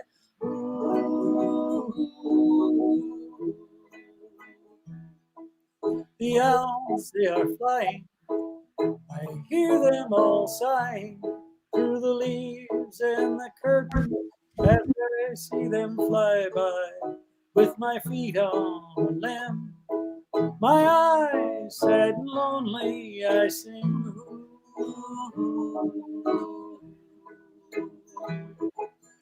Who will talk to me? Who will answer me? Who knows why I sing? Who knows the reason why I sing this lullaby?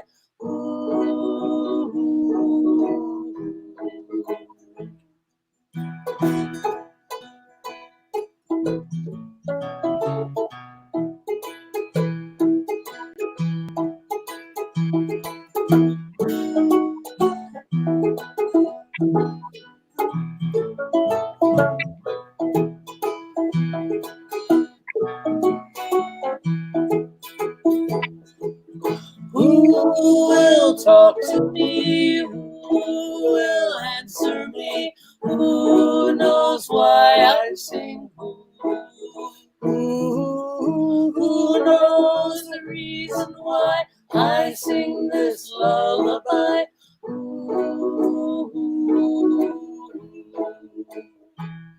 As their wings brush the sky, I hear their far cry. As they hoo and they hoo, I see shadows go by.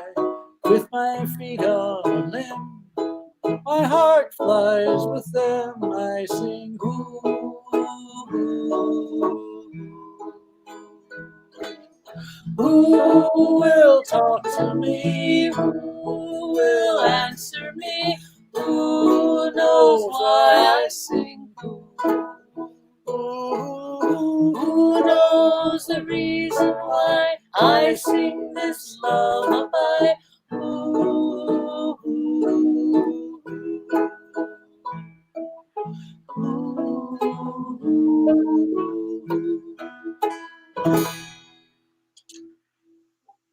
That's just so lovely. That is a perfect kind of song for this moment.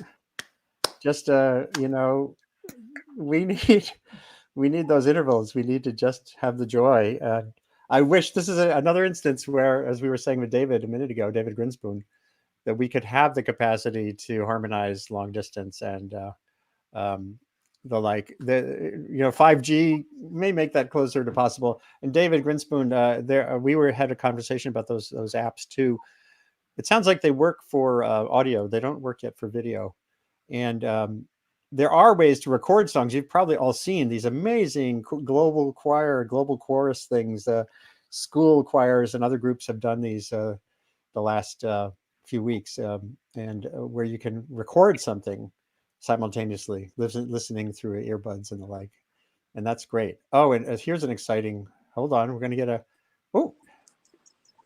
Karen Brooks is out there. I know Patrick Jones was trying to get on, but here's Karen, who's a sheep farmer and many other things. She's a good friend of Rick and Donna, a good friend of David Ross, and she lives in rural Massachusetts. She has had some of her animals giving birth. I think a cow gave birth to 4 calves. Some of the lambs. Only one of the calves survived. I'm not sure if it still is. And there are some of the sheep right now. I'm going to maximize her screen view so we can get that image from. We just were looking at the Southwest a minute ago, and here's life with sheep. Oh my God, Karen, this is so cool. Karen, I can't hear you. I don't know if you're speaking right now, but the vista is amazing. Oh my God. And there is the new generation coming. Wow. I'm just going to let everyone just absorb what we're seeing here in this tour live of a rural Massachusetts farm with sheep who have just born the new crop of lambs. And Karen hopefully will sing. A week ago, Karen sang a song that was unbelievably appropriate. It was From a Distance, the Julie Gold song. And if you click back to that episode a week ago Sunday, you can hear just how apt it is for this moment. This is just amazing what we're seeing right here. I'm going to retweet it. So hopefully those listening can share this right now with others. Please do share your view so we can have a big kind of send off here before 12:30 of what we're seeing. This is fantastic, Karen. Hopefully she knows that we're not hearing her, but we almost don't need to hear her. Although I'd love to hear if she can sing a tune. David Grinspoon, is that you strumming? Do you have a song you want to play? Oh, sorry. No, it's good. It's a nice soundtrack for what we're seeing. I thought I was muted. No. I like it. It's giving it a bit of a. Yeah, I can play a little sheep soundtrack. Yeah, ba ba ba, black sheep.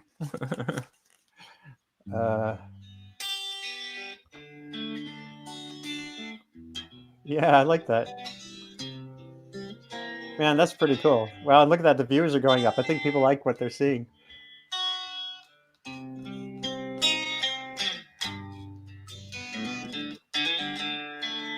Amazing. Is that Rolling Stones? Yeah.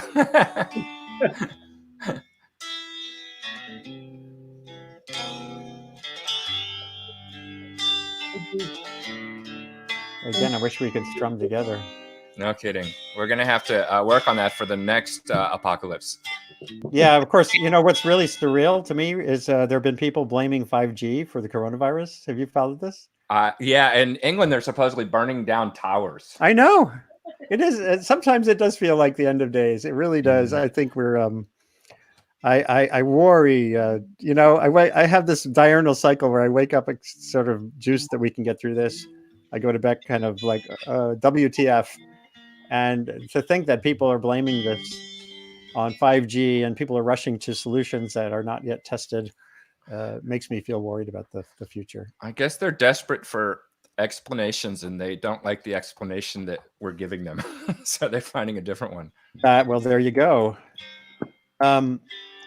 Andrei, is there something else you would want to read? We have the guitar, which is cool. And maybe we could, let's see if like someone could just talk while the guitar is playing. I think that would work actually, without like worrying about the music being. Yeah, because we can be a little bit asynchronous if it's just background strumming. Yeah. Yeah, I was just scribbling in my plague journal. But I remember restaurants. I like breakfast at the diner on Queens Boulevard in Forest Hill. A hefty serving of hash browns, half-boiled eggs, bacon, and cream soda. Mostly I liked listening to the old ladies kvetching about bad backs, bad neighbors, priceless tourists, and the young. And we had brunch all over town when prices didn't bankrupt. Well, and for everything else, we met for lunch. I worked in the cafes that filled with therapists and their unhappy clients paid that and often shift roles in peace to say, you are not happy about your partner, you are furious about the rent, it was unconscionable. You knew who ruined the city, the tourists, the plastic ban. You said, there are too many readings, concerts, play. You were tired and cranky. You didn't feel sufficiently modern or well dressed. You had stopped eating but love cooked you and you missed the edgy 80s when real art was made from real suffering. We didn't know that these were two New York's pleasures of war that was before. That's pretty cool. So we can do. So that means we can do like talking blues and stuff. Yeah, for sure. We can't harmonize. We can't do synchronous bluegrass, but we can have like a talking blues kind of approach here, where one of us can talk over. We could do Alice's restaurant. That's cool. So we can actually jam. We just can't be strictly in time on anything really rhythmic, but we can accompany one another if we do it the right way. That's right. And that. And by the way, we did think we could. Oh, sorry. I said this is the time I first worked well with music. Yeah, this is really awesome, man. Look at this. It's great. Karen, thank you. I hope you can hear us, Karen, because what you're doing is absolutely fantastic. Well, we'll find out. Just keep doing it. That's definitely the first time I've ever jammed asynchronously with a sheep and a poet. Oh, man. I think it's a form. Yeah. Name for it. Would you guys be okay if I did a song? Yeah. Please do. I haven't done one yet, and why not? Why don't you do a fine line? Yeah, I'll do a very fine line again. It seems to be a theme song for this moment. I'll try it here. Can you hear the guitar? And try to mute your. Oh, Karen, hold on. There's Karen. Can you hear us, Karen? We cannot hear you. And she's upside down. We cannot hear you. Oh, maybe let me see if she's not muted. Yeah, she was. No, she wasn't. Karen, we can't hear you, but we love what you're showing. Unbelievable. Okay, so here's a very fine line.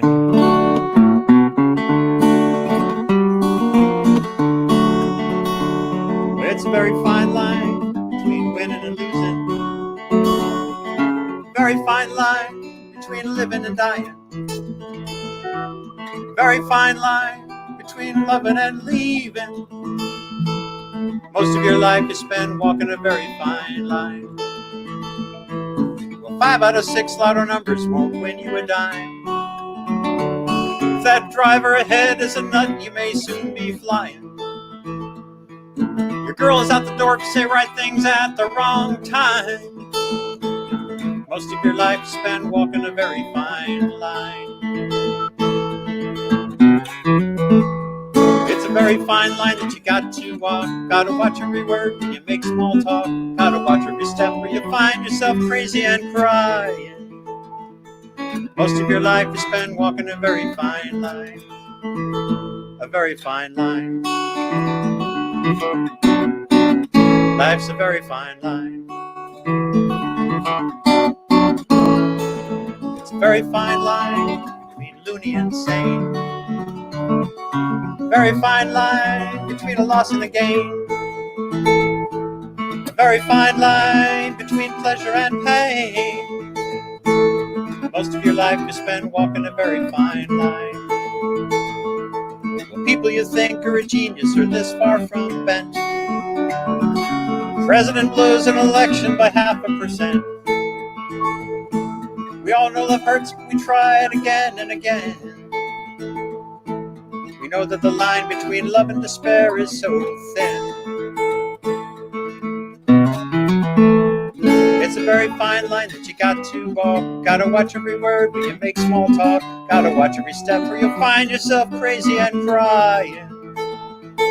Most of your life is spent walking a very fine line. It's a very fine line that you got to walk. Gotta watch every word when you make small talk. Gotta watch every step or you'll find yourself crazy and crying.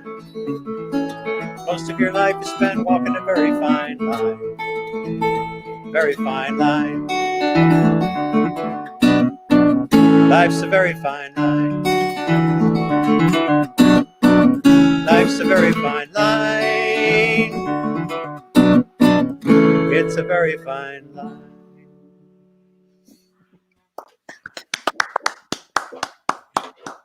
Yeah. Feels especially fine these days, that line. It does indeed. Andy, I found a Dylan song that is absolutely totally appropriate to this moment. And the sirens are going again there. Is that Sounds of sirens?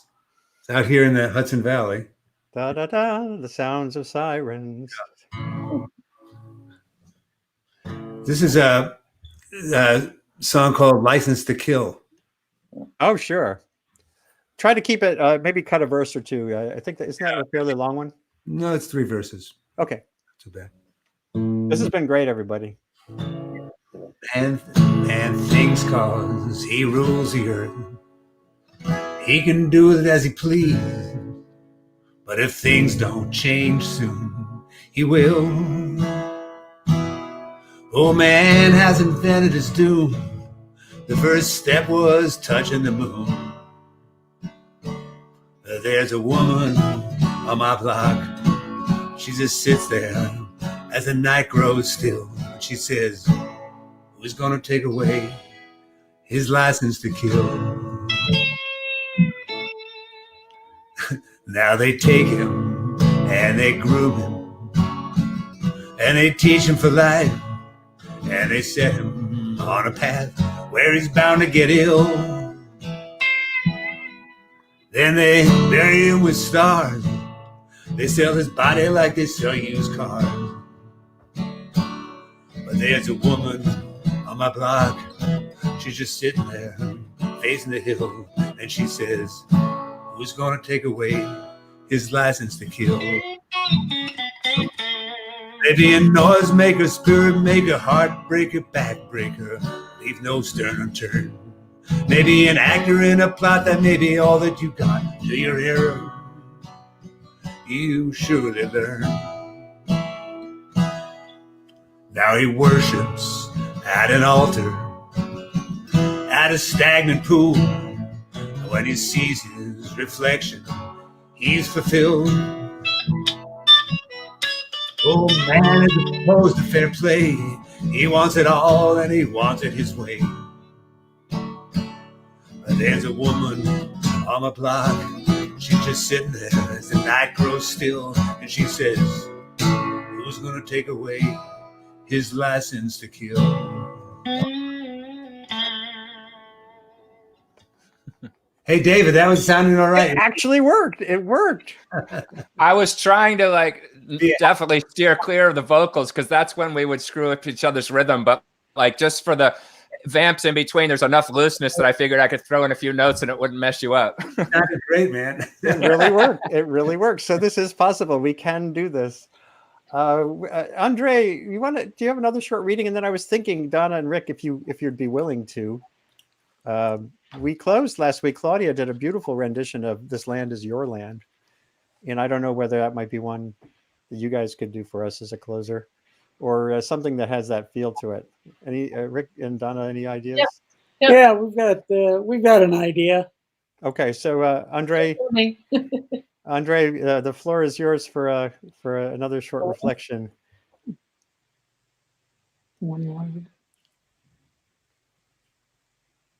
Oh, hold on. Yeah. Sorry, you were mute. I muted you. Oh, okay. It's another short bit from the Journal of the Plague. Locked in my den, I will become a sage. Write a verse for every siren I hear. The book is 1,000 pages long already. It's the Hunker Down Odyssey. It is a work of dying written in a cage. I was in New York when Ramen was all the rage. Wow. That is pretty cool. Oh my God. All right. 1,000 pages for every siren. That would be quite a. It's actually longer than the Odyssey, but it's the Hunker Down Odyssey. So Yeah. That's great. You're not going far. By the way, for anyone who wants to navigate through a week or so ago on this show, we were talking about solutions, and Andrei brought up bibliomancy, which I hadn't really fully absorbed what that is. And it's essentially you open a random book of poetry, or I guess the history was the Bible, and you look at the passage that your eyes come across first as a way to solve whatever question or trouble is on your mind. And some of this is, the complexity is such that there's no easy answer here. Sometimes it's about choosing a path, which is one thing that our federal leadership has completely failed to do. And I'm going to, before we close out with song, I want to mention again Dan Kahneman, who wrote the book Thinking Fast and Slow, who won a Nobel Prize in economics for his decades of science showing how hard it is for humans to understand some kinds of risk. On the New Yorker radio hour yesterday, he was interviewed and he said even he couldn't get this one right. So that means that sometimes we just have to make a choice with the best understanding of science, and someone has to lead the way. And if you're in a position of leadership and you're not leading, you're following, and you're thinking, oh, Easter, and then now this, and now this, and now chloroquine, we're in deep shit without that. We can do only so much as a community. And somehow that has to be on people's minds going forward towards November.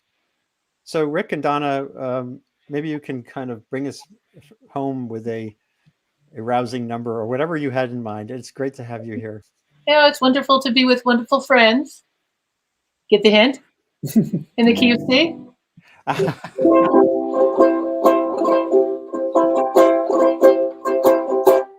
When I think of the ways that I've grown, you know I couldn't have made it alone. I owe a lot to the sharing, caring, daring, wonderful friends that I know. I owe a lot to the sharing, caring, daring, wonderful friends that I know. Here we are, all in one place, all gathered together virtually. We've helped each other down the road, whatever the weather. We have no need for pots of gold, for friends are a treasure. So hold hands virtually and sing it again. When I think of the ways that I've grown, you know I couldn't have made it alone. I owe a lot to the sharing, caring, daring, wonderful friends that I know. I owe a lot to the sharing, caring, daring, wonderful friends that I know. Many years ago when I was feeling discouraged, I found that singing with my friends would fill me with courage. It's a rough and rocky road we're on, so when we get worried, when old friends will sing it again and new ones. When I think of the ways that I've grown, you know I couldn't have made it alone. I owe a lot to the sharing, caring, daring, wonderful friends that I know. I owe a lot to the sharing, caring, daring, wonderful friends that I know.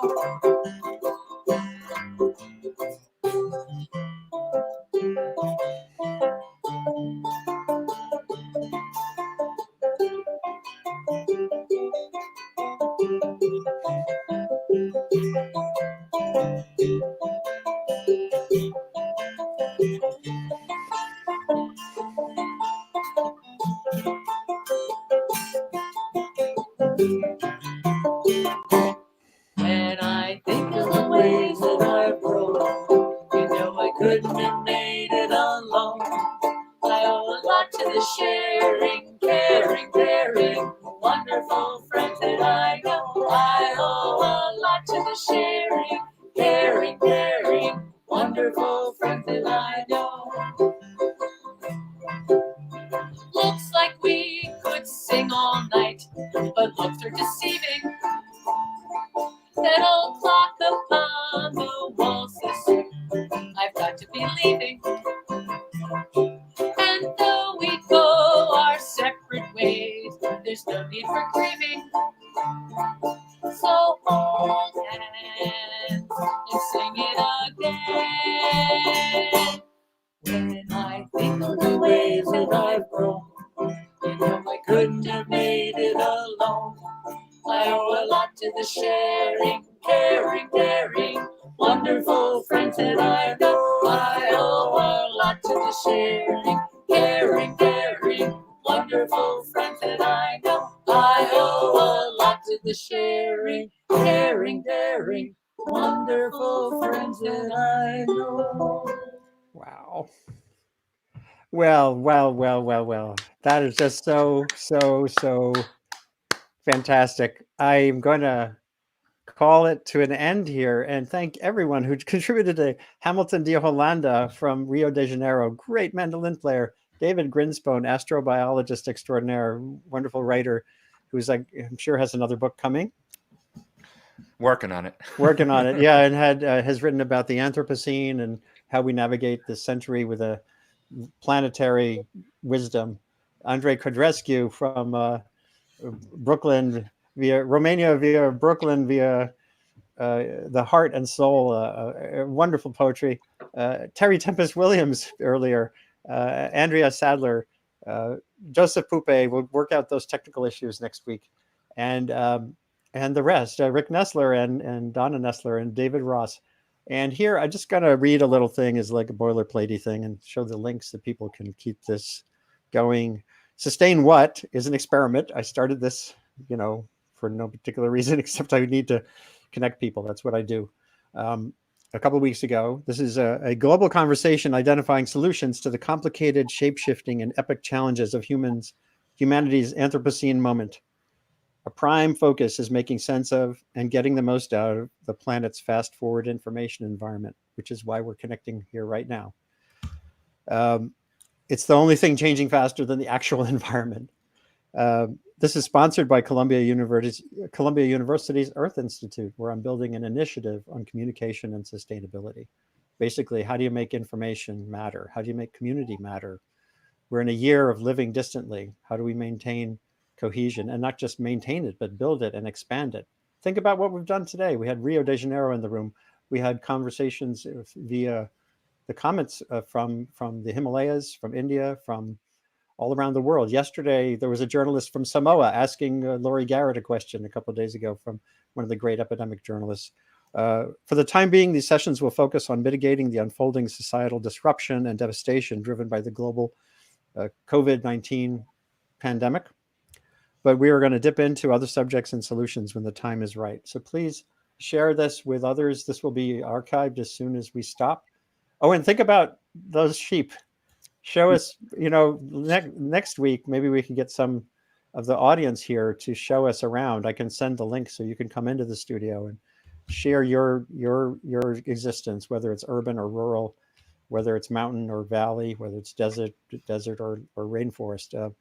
Let's get some of that into the mix too. Thank you again to my team here, which will always evolve every day, every week. And hug someone virtually today and do some little thing. Right. Do some little thing in your life a little bit differently, whether it's as simple as just sharing what we've done today than you did last week. Jeremy Zalar, who was on the very first program, March 15th, a longtime friend from the Times who now helps the government's websites work better. He said, everyone should think about something once a week that you can do a little bit better the next week, that can build more cohesion, solve a problem, make yourself more secure in your own life, and then keep at it. Iteratively, we'll navigate through this period and think about leadership too, because we can't do it alone. Thank you all. This was wonderful, and see you soon. See you online and then in person down the line. Thank you. Thank you. Wonderful. Thanks, Andy. Bye-bye. Let's hand. Yeah, Lisa's in the other room. Now get back to real life. Let's get back to real life and keep it up. Love you all. Such as it is. Love you all. Love you. Bye, Andre. Bye. Bye-bye.